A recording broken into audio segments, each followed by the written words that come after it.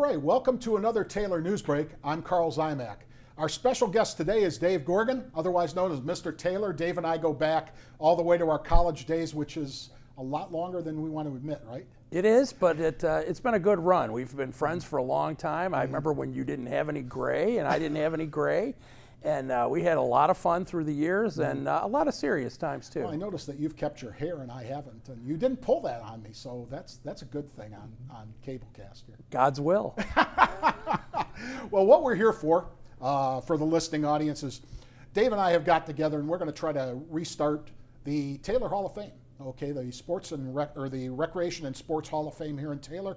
It went dormant after about a decade ago for various reasons, and Dave and I have gotten together and we'd like to tell you about our campaign to get more and more people inducted. Dave, I'm going to let you have the first word here. Why get involved with this campaign, and tell us about some of your previous experience with various Hall of Fames in the area. Well, I've been to every induction we've had here in the city since the beginning, and it stopped in 2008 after many great names were inducted. And it stopped, like you said, for a variety of reasons. One of them was financial. We had a big dinner back then. But it needs to come back because we've missed a lot of time. Some of the guys and ladies that were not old enough to be inducted based on the qualifications we have now are old enough. And there's a lot of talent out there.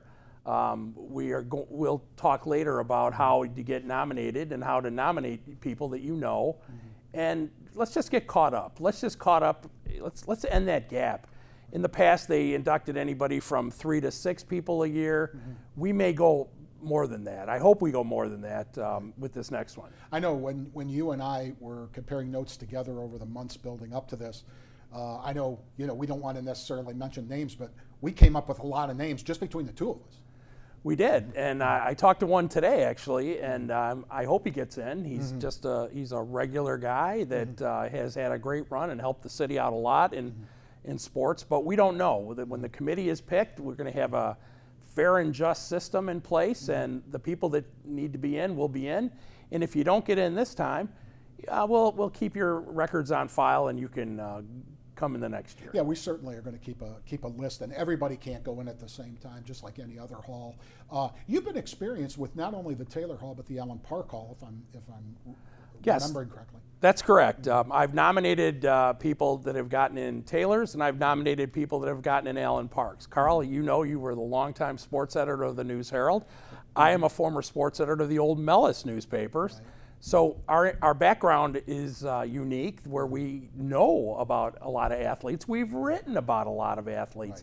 Right. Athletes that maybe have moved out of the city, but were in the city when they were performing or coaching, that type of thing.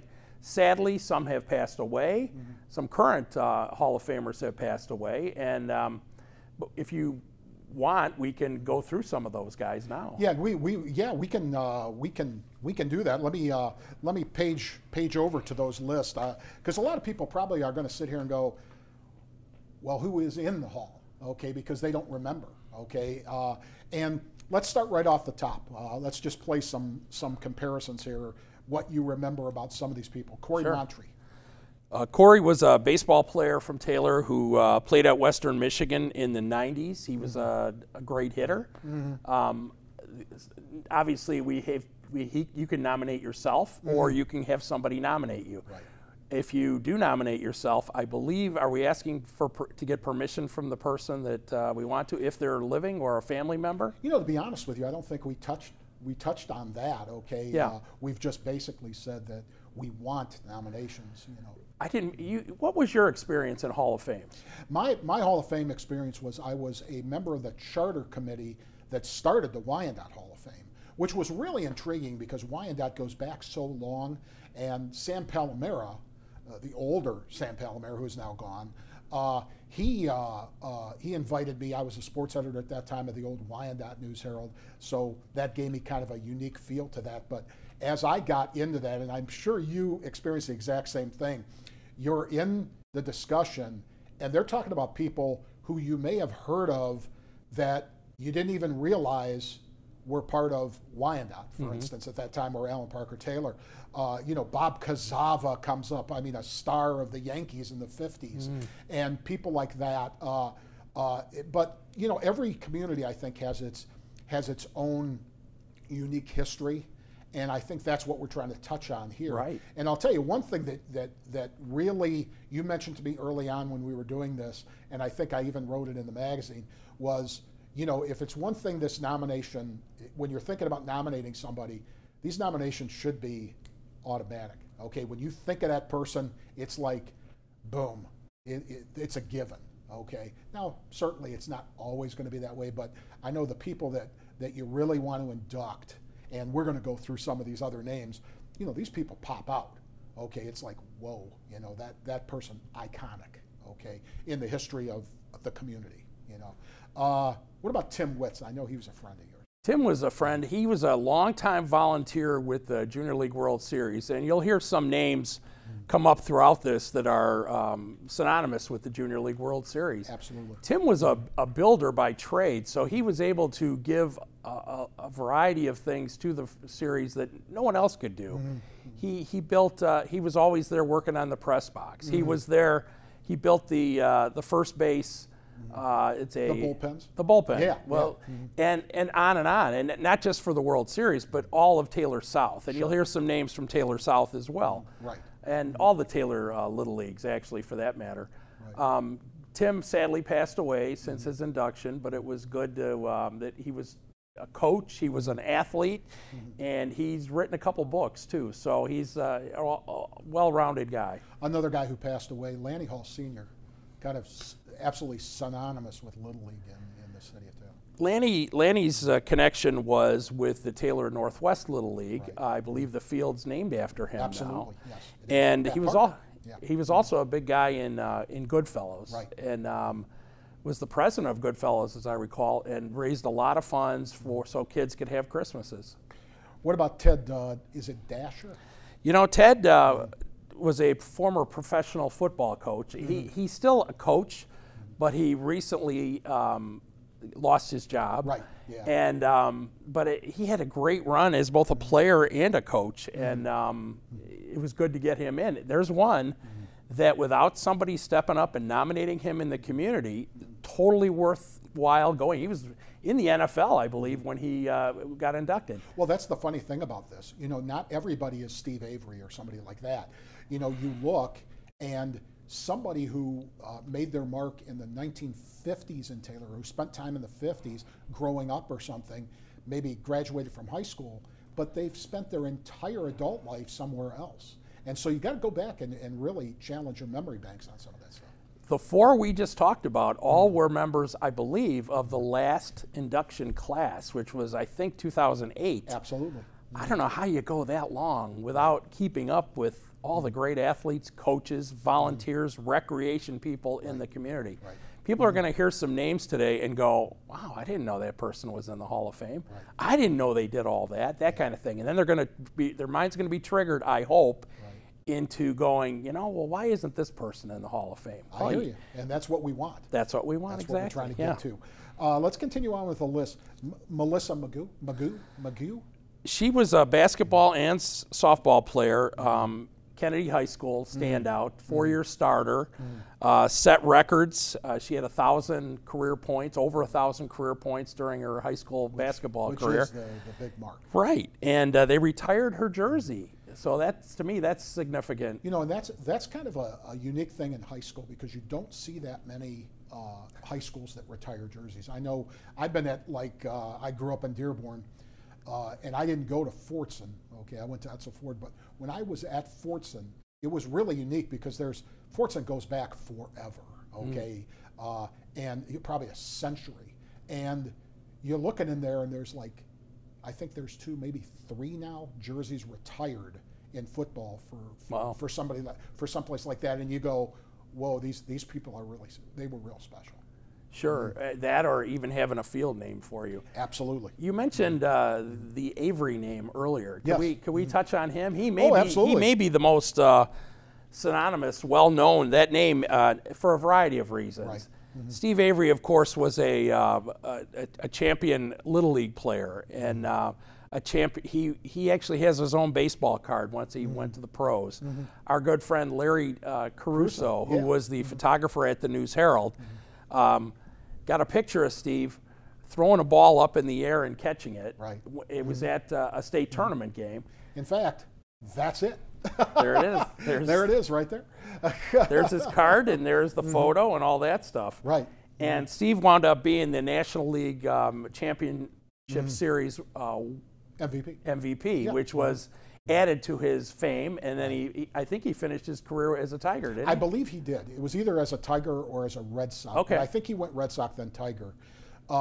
And, you know, unfortunately, he hurt his arm because people who were tracking Steve, and everybody around here was tracking Steve at that time. I mean, when you were in the 90s and Steve Avery was on that Braves staff that was so good with Maddox and Glavine and the rest of them, Smoltz, you know, Steve Avery was tracking, you know, when they put his graphics up during those playoffs, you know, you're getting Steve Avery just past Sandy Koufax, you know, in playoff, this statistic or that. I mean, that's how good Steve Avery was. And Steve, on top of that, is a great community guy. Not only that, but he still shows up when he's requested to for a baseball clinic. He shows up to throw out the ceremonial first pitch at the Junior League World Series. Right. Unfortunately, we're not having a World Series this in Taylor this year, but we do have a fine team from Taylor North that's playing in the Little League World Series. When you're in Little League, you're 12 years old. When you come to Taylor in the Junior League, it's the big brother. You're 13 and 14 years old, and we've had it since 1980-81. You know. Absolutely, and that's we're going to get into some other people who developed that. When you talk about Avery, it's odd that you know you were mentioning that, and I don't know whether you noticed it, but on Facebook, as Taylor North was popping up so many photographs about preparation and things. There was a photograph of Steve Avery at their practice taking a team shot with them. So if you're a 12 and under kid and Steve Avery's at your practice, that's pretty special. And parents will enjoy it too. Oh, no question about it. Isn't that the truth? Can we also talk about his dad? His dad is and his dad is on this list. On the list. Ken Avery, a former athletic director for the Taylor schools, a former football coach in Taylor. He was he made the pros too as a professional baseball player. I believe he was in the Tiger system. And just a fantastic guy. I still see him and his wife, Connie, at the concert series at the park. And they come out and they just talk to everybody and they just relax and they have a good time and they're enjoying their life and they're now grandparents and keeping track of following their grandkids' games. And you can't underscore the fact that, you know, Ken Avery, one of the nice guys of this whole area. True. I mean, a true gentleman. He was on, didn't he help the committee? He did. Yeah, well, the first committee was a secret. Well, yeah, that's true. We believe he helped, but it was never public that who was on the committee, and I get it. Yeah. But I'm sure he was a good person to have on there because a number of Taylor sports coaches have been inducted and probably even more nominated over the years.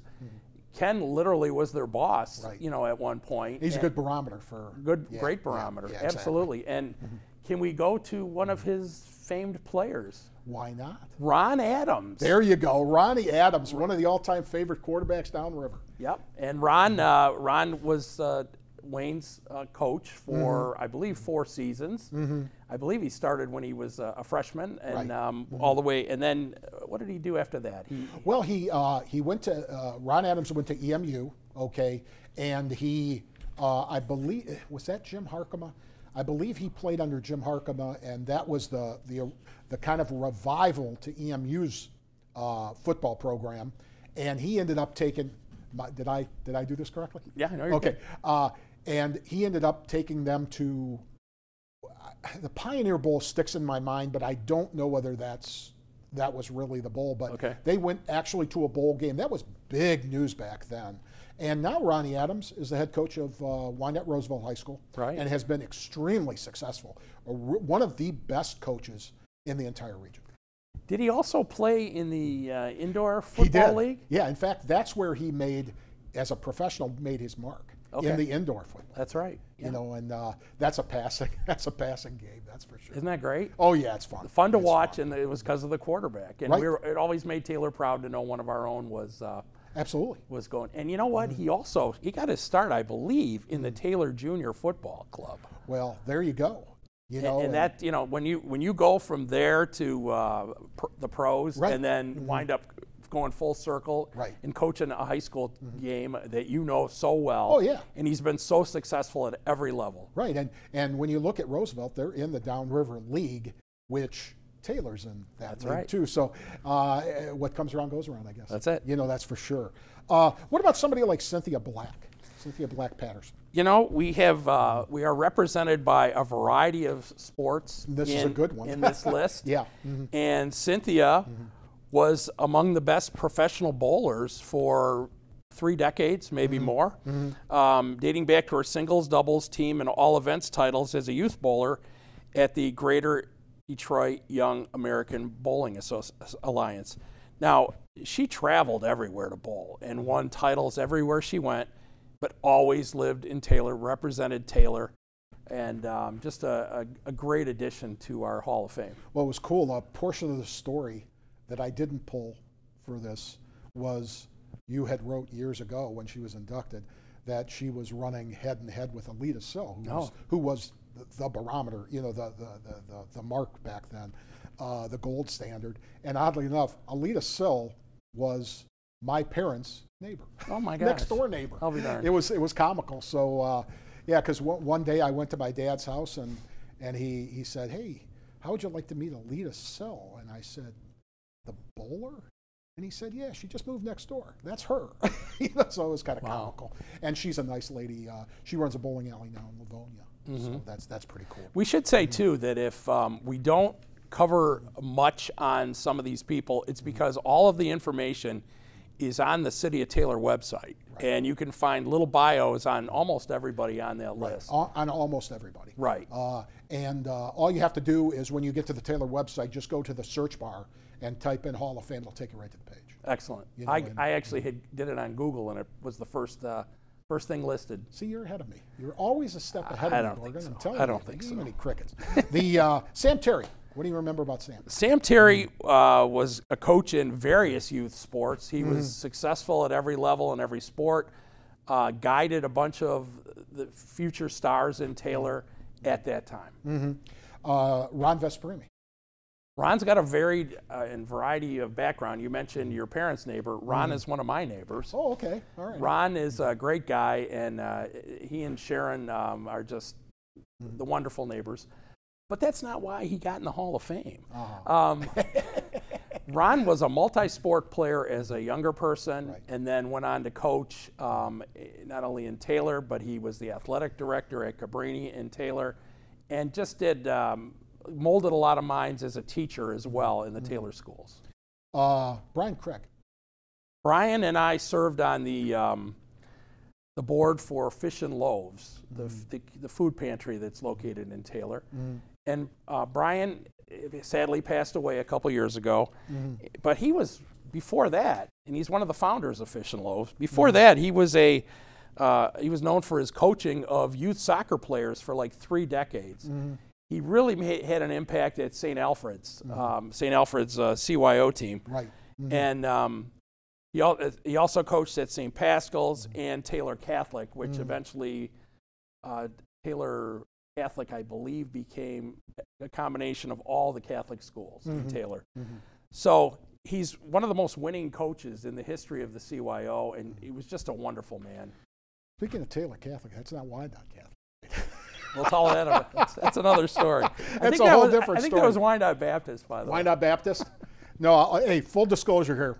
Dave was on the staff at the Mellis. I was the sports editor, fairly new at that time, I think, in Wyandotte at the News Herald. And Dave gave me a call one day and talked about how I'm missing the coverage of Wyandotte Baptist, I think it was, and put me into absolute panic mode for probably a good hour before I realized it was a total gag and there was no Wyandotte Baptist. Well, as far as we know. As far as we know, yes, exactly. And if there was a Wyandotte Baptist, we're not sure if they ever had teams. It's always dangerous having friends in the profession. You know? I don't even think it was April Fool's Day. It was it didn't have to be for you, No, it didn't have David. to be. Come on. What about Danny Edmonds? Another one of the nice guys. Dan Edmonds, great guy, and totally, another football coach, very positive guy, very good for the team, very good for the district. He also was a teacher, an administrator. He became athletic director, did he not? Yes, he did. 35 years in the Taylor School, so very well-rounded. He coached football, basketball, track and softball teams. He earned championships and Coach of the Year honors, which I believe both of us may have given him. I'm thinking that that's probably true, because I remember near the end of my sports editor career, after the papers were merged and things, I covered Danny. He was one of the pleasures, and it was great. Hey, here's another good example of off the beaten path. Ken Tippery, Here's a guy who starred in the 40s and 50s when Taylor Township had no high school. So Tippery attended Lowry, which is essentially on the east side of Dearborn, where he starred in football. It's now a junior high, at least it used to be a junior high, where he starred in football, baseball, and basketball, and played baseball at the University of Michigan. He was an All-American, all Big Ten status as a middle infielder in '57. Those people sometimes get lost in the haze of time. You hate to hear that. That's why I think they created a Veterans Committee for some Hall of Fames. So they can go back and we missed you the first time, but we don't want to let it lapse. And I think even Major League Baseball is doing that. Well, that's true, because that's how Alan Trammell got in. And for Jack instance. Morris. Absolutely. Yeah. So, that's very cool. Well, we made our way down to Steve Avery, but let's skip over him because we talked about Steve. Jeff Dobeck, a friend of both of ours. Can we talk about both Dobecks? Yes, absolutely. There's Bob Dobeck, who went in one year, and Jeff Dobeck, his brother, the only brother combination in the Hall of Fame. Right. And both were standouts in hockey. That was their sport. And they went back, we're talking about Jeff. He played for the Junior Red Wings, which was a very famous program. Right. And then went on to play at a college in San Diego, and he's in the Hall of Fame. He did so well, he set records there, and I believe he's in the Hall of Fame for that college. So he was a natural to be here. He still continues to coach. He coaches mostly in Allen Park, and he's had many great teams. And both you and I have worked with Jeff, because he used to be our Parks and Rec and golf director before he went over to Riverview about a year and a half ago or so, 2 years ago. And now he's, I believe, assistant city manager in Riverview. They got a good one from Taylor. They did. And Jeff's just a great guy. But he still lives in Taylor. Right, absolutely. Yeah. He and his wife Kathy. Exactly. And we try to stay in contact. Jeff's never on Facebook, but Kathy loves certain musical acts, so when those acts cross my desk, I always pop a message to her. That's nice of you. And his brother Bob was also a famous hockey player, well known, did great at every level, a lot of travel. These guys do a lot of travel hockey. They hone their skills there. They play against the best competition. But then what Bob is also known for is golf. Yes. He's very well known on the West Coast, opening golf courses, running golf courses, and setting them up. So he's done very well for himself. And Jeff used to always compare. He always used to tell me that he compared notes on a constant basis with his brother, because his brother was so good at the golf industry. Sure. And that helped him out here, because we've got two of the best courses around. Absolutely. No doubt about that. No doubt. Shelby Johnson. Shelby was was he a track star, I believe? Yes, hurdler. And I know he ran at Taylor Center. Correct. And he gained a lot of, Taylor Center was really known for its track. And we'll go into the reason why eventually. Right. But Shelby was one of the, let's talk now. Shelby was one of several nominees by Mickey Turchek. Right. The famous track and field coach that he's had Olympians on his team. And Mickey vowed to nominate all these people, men and women, that were worthy Hall of Fame status. Right. And Shelby was one of them. Shelby, I believe, goes on to the University of Michigan, if I'm not mistaken. That's what I think I read. I hope I'm not speaking out of context. But Shelby was one of those guys. And credit Mickey. That's the type of thing that we want people to get into here. If you know somebody, or if you know a bunch of somebodies, nominate them. Exactly. That's what we're looking for. That's We'd right. rather have the more people that are involved in the nomination process, the better for people like you and I. Well, Shelby also, a little bit more about him. He was a All-State in high school and then an All-American in college. Which is amazing. You can't have enough All-Americans in your hometown. That's for sure. Next guy, let me talk about a little bit about the next guy, and you can chime in. Bill Stevens, one of my absolute favorite track coaches. And that was just a portion of Stevens' long career. He was a distinguished athlete, Taylor native, football, track, in his high school years at Taylor Center. Then he went on to Olivet College, where he stars for 4 years. Then he comes back to Taylor, and he taught science at TC and then at Truman, okay? And that's where I catch up with Bill, because as a sports editor at the News Herald, Bill was one of my track covers. I had him. He was an absolute pleasure when they were running in the, he was a track coach at Truman from 73 to 97. His teams were outstanding downriver. They were always on the top of the News Herald Invitational and the regionals and all that stuff. And on top of it, he was just kind of the ultimate class act, okay? Kind of in the Ken Avery mode, Sure. you know.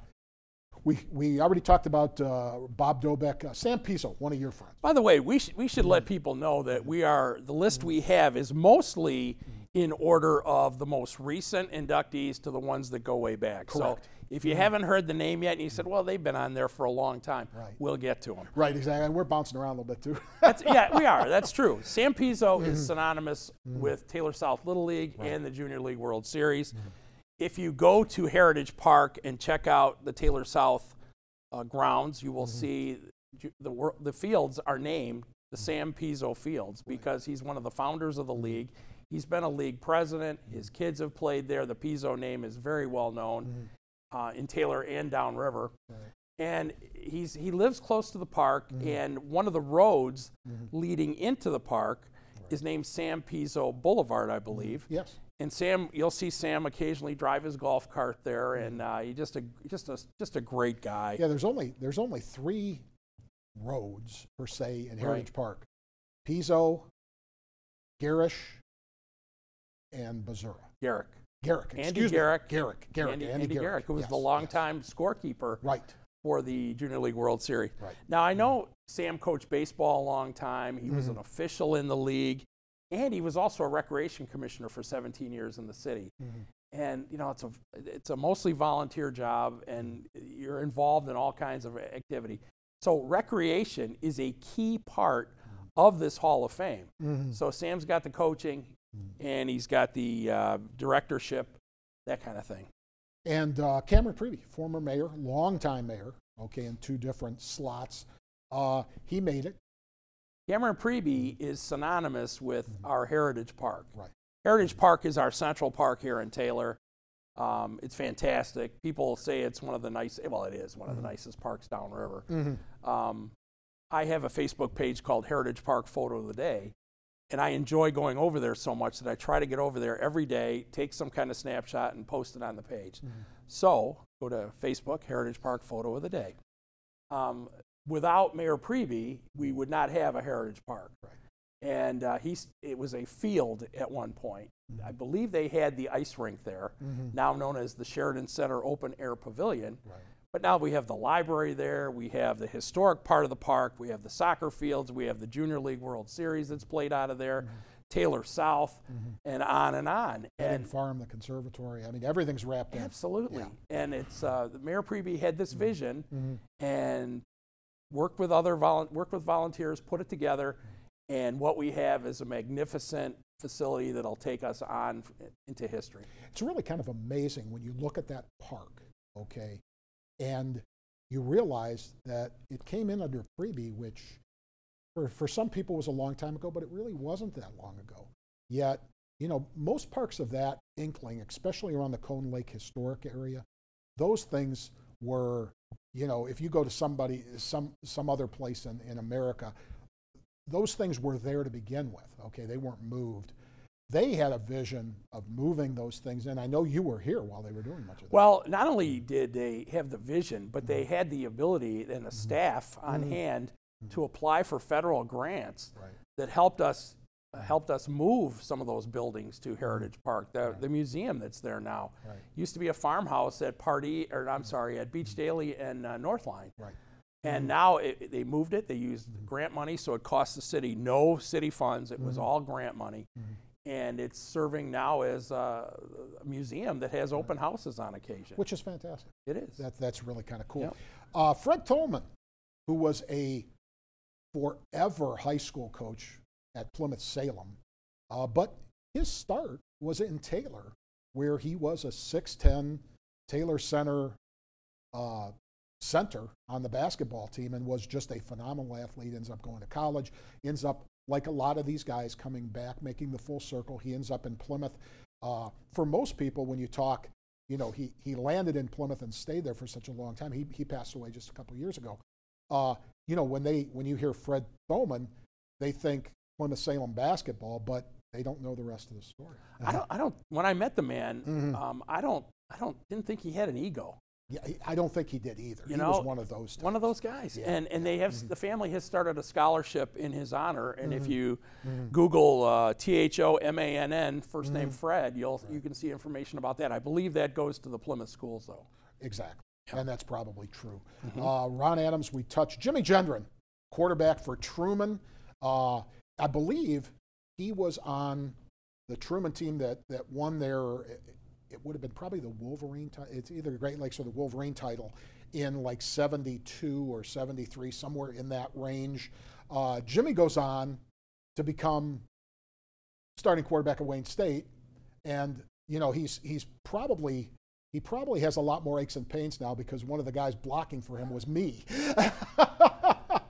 But Jimmy was one of the best athletes I've ever played anything with, okay? And he was a fantastic running quarterback at Wayne State. And he goes on to play the highest level of men's softball in the United States. He plays for Nordroff Tool. And Jimmy was one of those special athletes, a fairly good size guy, left-handed hitter, left-handed batter with tremendous speed. I mean, he could run like the wind. Was he a left-handed quarterback? Yeah, he was. But let's not talk about his passing. I'm just giving Jim a little. He's in the Hall of Fame. He's in the Hall of Fame. But Jimmy was a great athlete. One of the best guys that I've ever. Okay, that's awesome. Joyce Squire. Wow, Joy. We could talk about days. Joy for days. Yeah. Joy is, bless her, is a icon, is a legend in the city of Taylor, and not for athletics, but for dancing, which is recreation. Right. She's had the Taylor dance program for decades and decades. Is she still over at the recreation She's center? still there with her son Carl, who helps out there. I believe her daughter helps out there. After the pandemic, it's a tough transition. Yeah. Because so many people being apprehensive about activities, okay, and how much they want to commit and things like that. I know. Just as a pitch, I believe Taylor Dance started its registration on Tuesday. I'm sure that if you want to get your young daughters or sons involved with Taylor Dance, which is housed in a full wing at the Taylor Recreation Center, they'll be more than happy to talk to you and take you in. But Joy, one of the gems in Taylor. She's a joy. Yes, absolutely. One of the things they did recently for her, and there's been a series of awards, including the Hall of Fame. Didn't they plant a tree in her honor? Well, they went even further than that because the Rotary got together and actually did an entire unique, professionally done display. It's a sculpture of a dancer out in the front of the Recreation Center. It's all landscaped by Wright's Landscaping, Larry Wright of the Rotary. They were recently putting in the underground support systems for sprinklers and things like that. And it's really a very special deal. They raised a lot of money to do it, and it's really beautiful, and it's a wonderful tribute to somebody who is truly a special person. And when they have these honors for Joy, it's amazing how many former dancers or people that still dance, but started in her program that have carried on and that now have a new generation and maybe another generation of dancers in their family, and how many show up to pay tribute to her because she meant that much to all these kids growing up and, you know, in their teens and all that.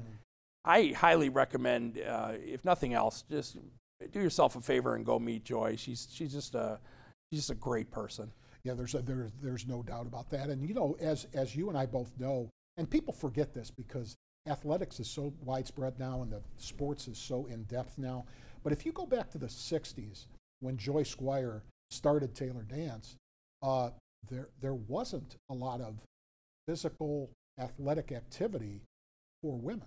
Okay, well, for girls. Okay, and the young girls got involved in something like Taylor Dance, essentially as an athletic situation. And you're right, they come out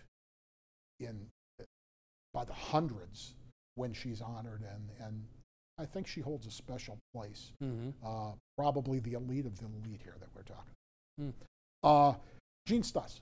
Gene, I believe, was nominated by Greg Bazura for this. They were friends, and Greg was a bowler in addition to running the World Series. And Gene was a professional bowler. He was fantastic. He has 300 games on his record. He many trophies in his trophy case, all that. But just one of the top bowlers in the city's history. Mike Baum. Mike, I believe, has a field named for him also. And Mike coached multiple sports, basketball and baseball for sure. They had a recognition for him at one time with a lot of his former players came out. I believe that was the day they named the field for him. And just, I refer to him as Hall of Fame now because he's coached so many players over time and made a real impact on our Taylor schools. Another coach, Van Castigian. Same thing. That was my era at the Mellis, and Van was always a great coach and had many excellent players that came out for him. I remember him mostly as a basketball coach, and he was that era of basketball in Taylor was amazing, and Van was right there in the mix. Hank Sauer. Hank and I I can say, are real good friends today. He's lived in the city since I've been alive, so I'm not sure when he moved here with his family. But he is in high school. He was a great wrestler, a great baseball player, a great tennis player, all at Taylor Center.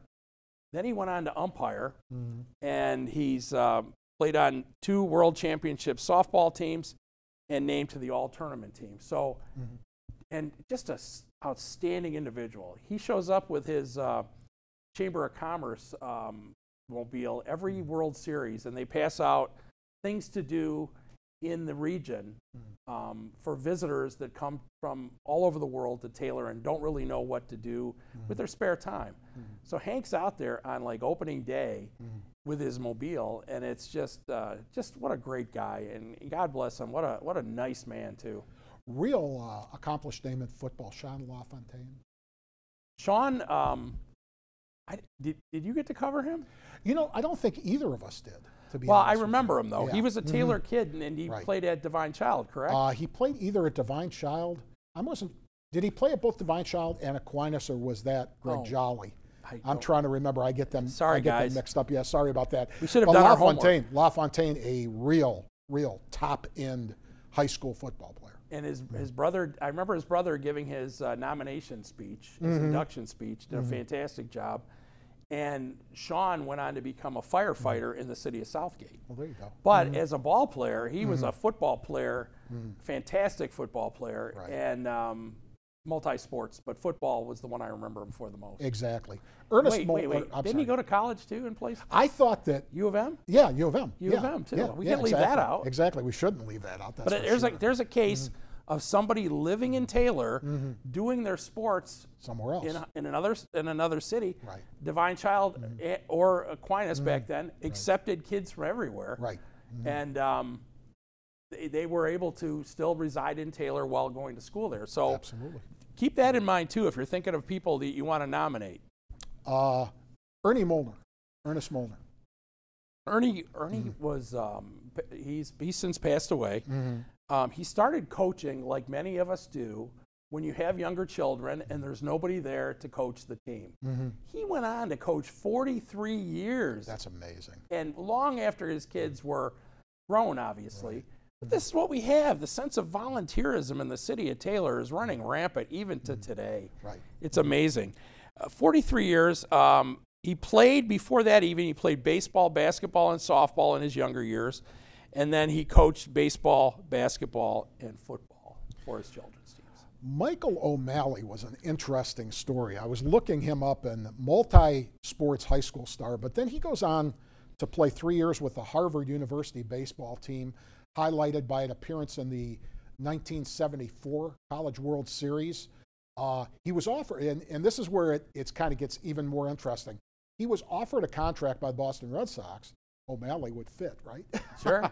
But he declined and pursued postgraduate degree, flourished in business and marketing. He was GM spokesman for the Buick Classic and the Buick Open Golf tournaments for 2 years, appearing on national television, presenting the trophies.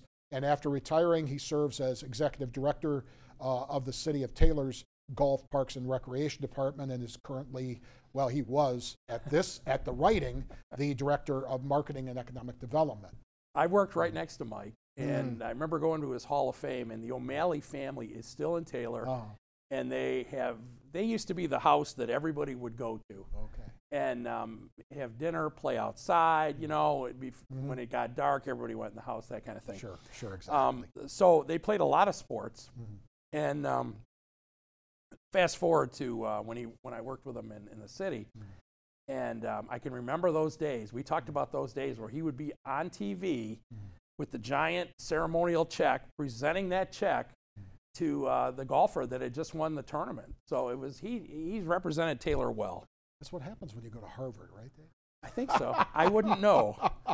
Hey, here is a friendly face, Roger Bechtel. I just talked to Roger not too long ago. What a wonderful man. Just a wonderful man. I remember I was so happy when I heard that he was going to be in the Hall of Fame. He guided so many kids. I've never heard anybody say a bad thing about him. I remember him most for the gymnastic success. A lot of people in Taylor don't know that the high school was fantastic, and Roger was the coach. But he played multiple sports. He won senior golf outings. As simple as that, but it's not simple. All the way to major tournaments in other sports. So, and what a great guy. One name that is just synonymous with the Junior League World Series is its founder, Greg Bazura, another one of the good guys. And Greg, again, was the founder and the only director that the World Series has had. It came to Taylor. I remember him telling the story about they didn't have a tournament for the 13-year-old level of Little League. And so as a result, they had, he stepped up, he and other volunteers stepped up and said, what if Taylor hosted it? And they said, all right, you want to give it a go? Sure. So in the beginning, it was just for 13-year-old baseball players. Well, of course, it was a success. They only had 4 American teams that first year, and then it grew from there. There was Puerto Rico, Mexico, and then now it's worldwide. It's they have Asia Pacific teams, they have European teams. Teams come from all over the world to Taylor, and Greg is still the only director they've ever had of that. Greg will be the first to give credit to the hundreds of volunteers that currently are on the staff, and the hundreds of thousands that have worked in the past. And he's never taken a penny. It's all volunteers, and it's a labor of love for him. He got his whole family into it. We talked about Sam Pizzo having his whole family in it. The Garricks had their whole family in it. So Greg is definitely worthy of not only in the Hall of Fame, but he also is has one of those names on the streets at Heritage Park. And that's really a unique situation.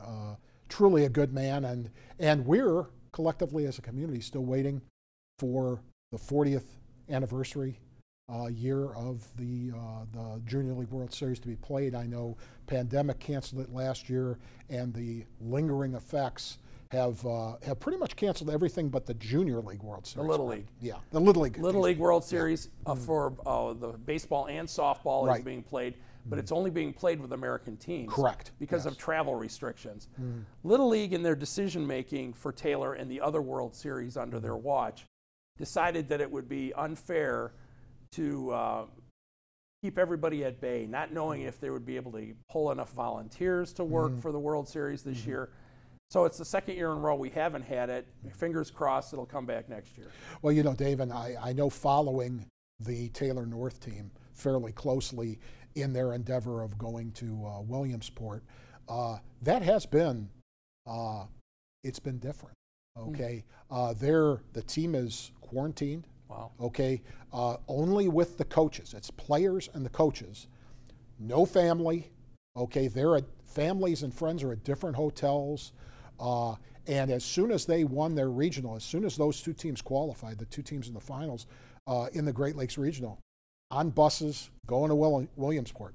So, and they're again sequestered there. So, speaking with Rick Thorning, the manager of Taylor North, I know he was telling me that it's pretty different. Okay, pressure of coaching a Little League team heading for the Little League World Series is one thing, okay, and that's tremendous. But he was saying, hey, you know, this is truly different because, you know, you got two coaches who are essentially parents trying to parent the whole team. Wow. Okay, and you got to play that game. You know, on the field, I think he can really take, you know, he and Guido Hewlin can really take a deep breath and say, let's just play. Yeah. Off the field, you got to play that game. You know, kids haven't been able to hug their moms, you know, see their dads, you know, other than, you know, maybe some FaceTime and stuff like that. Sure. Unique. Very unique. Arnette Chisholm. Arnette was one of those all-star track athletes at Taylor Center.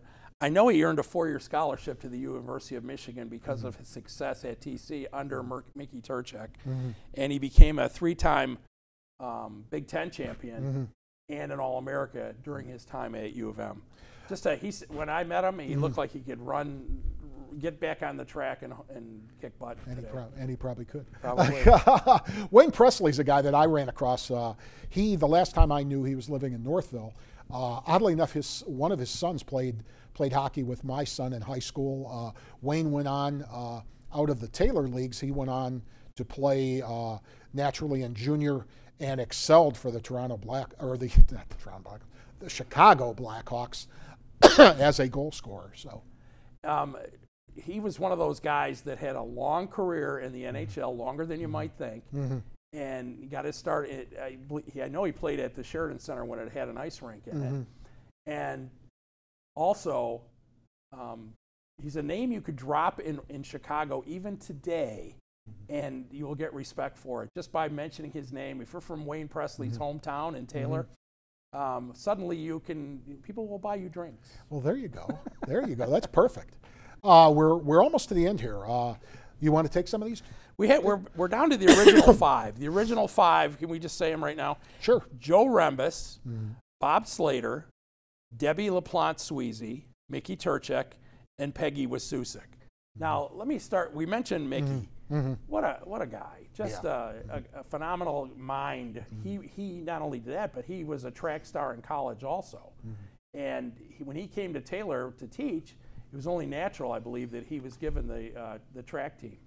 And so all the standouts he has, including Olympian Earl Jones, who happened to win his medal when I was sports editor of the Mellis. It goes with that far back. So what you see in Taylor schools today for track success, Mickey was one of the guys that got that going, and his knowledge and his ability to coach just it ran a long way, to get these guys going. What do you remember about the others? Peggy Wasusik I called her the godmother of women's hockey in Michigan. A trailblazer. Yeah, okay. That's exactly who she was. A wonderful person, Her kids played hockey. She got hockey going for females in Michigan. And Taylor, of course, had its own team. And people that played for her say nothing but great things about her. What about the rest of them? Joe Rembus was a football and baseball player. I'm not sure which sport he liked most. But, you know, if you're one of the original 5 on here, somebody thought highly enough of you to nominate you. And the committee looked at his credentials and said, yes, Joe is a Hall of Famer. He also was a teacher in Taylor. And so he was very well known in the community. What about Bob? Bob Slater was a football coach in Taylor Youth Organization, and then I can't remember if he went on to high school or not, but if you played for Bob Slater, you know. And then the last one that we're going to touch on is Debbie Laplante Sweezy. And I believe Debbie was a track star as well. Or was she? I'm sorry. I'm drawing a blank on Debbie, but I believe she was track. I believe she was one of the only ones that had passed away prior to the first induction. Okay. But you can Google her. It's Debbie D-E-B-Y Laplante when she was an athlete. Laplante. Last name Sweezy, S-W-E-E-Z-Y. And I feel horrible not knowing that information. But, you know, a lot of years have gone by for me, too. Hey, it's the same with both of us, that's for sure. So, long and the short of it is, Dave, we're trying to get people to nominate athletes, deserving athletes, between now and the end of the year. How do we go about nominating them? Well, Carl, thank goodness for your Taylor Today magazine. This is the publication that they debuted the information. The left page has all the information about why we're doing it and how it came to be. And the right side talks about the qualifications and the criteria. And this little document is all you have to fill out right here. It's a little coupon almost. And then attach a biography, resume, whatever it is. The committee has not been formed yet. The deadline is the end of the year, so you have plenty of time. But don't let it slip by. They'll be reviewing it, you know, as soon as they can. And all this information to how to get it to us and things is right here on the nomination form. So if you clip that out, we'll be running it in the Taylor Today on a constant basis. This debuted in the June one. It's in the August one too, which has Taylor North on the cover. If you know, that's coming out this week, I think. And so it's very self-explanatory. It's very easy. If you have questions, if you see David around, if he's walking around with a camera in Heritage Park, feel free to stop him. Okay, Dave will answer your questions. If you want to get to me, call me at 734-374-1447, or you can email me directly at KZ as in zebra IO, M as in Mary EK at ci.taylor.mi.us, and that goes straight to our city email system. If we could cover a couple basic things, sure, just so absolutely. they know who they're talking about. Yeah. You have to be at least 30 years old. Your achievements had to be when you lived in the city of Taylor, no matter what it is. Right. And we're open to coaches, players, community members, anybody that made a outstanding contribution in sports or recreation, that worked with athletes, that type of thing. But we were talking about this earlier. We want their qualifications and record to be so outstanding that there is no question as to the nomination. Right, exactly. The list we just talked about, we could, you know, there's no debate. Everybody on that list deserved to be in the Hall of Fame, and they are. Right, exactly. And we've had 12 years of not doing this. Yes. So it's time. It's time. Allen Park did it, where they added another 10 or 12 in one year, just to get caught up for people they felt they had missed, and they had a lot of nominations. And I was happy to be at their event, and it was really cool. And the cool thing is, you know, we're not going to do a cutoff here. Okay, we know that we've got a little catching up to do, and so between the two of us, we've talked about this. If the class is big, it's big. Right, exactly. But it's up to the committee to select. Absolutely. And we're not sure what will happen as a result. You know, we don't know what kind of ceremony there will be, but there will be some kind of ceremony. And did we mention where the plaques are located? Well, no, we didn't. If you've not seen the Hall of Fame as it stands now, drive over to the Taylor Sportsplex on Telegraph Road. and they're all on one wall, and it's fantastic. You can read little bios on everybody. There's a picture of all the Hall of Famers, and it's just it's a nice presentation for a city like ours. Absolutely, absolutely. So I think you think we've covered everything? I do. I do too. It's been a pleasure with David. David and I go back so many years. Wish we were young again, but we're plugging along pretty good. Don't forget how to nominate people for the Hall of Fame. It's very, very easy. Again, this has been a Taylor Newsbreak on the restart of the Hall of Fame here in Taylor with Dave Gorgon, my special friend. For Joe Camilleri behind the scenes, I'm Carl Zymak. We'll catch you at the next Taylor Newsbreak.